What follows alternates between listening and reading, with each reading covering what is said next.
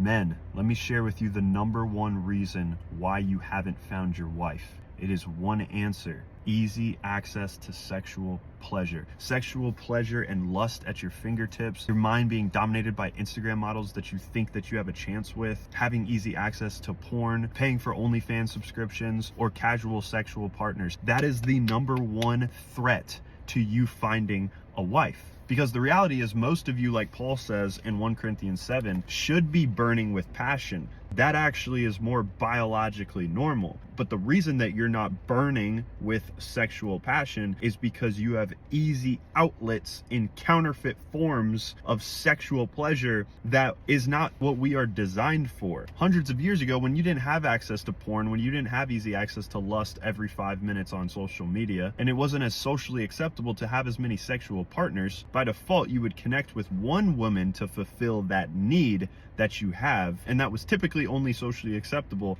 in the covenant of marriage. 1 Corinthians 7:9, if they cannot control themselves, they should marry, for it is better to marry than to burn with passion. So the reason that you don't have a wife is because you're not burning with passion.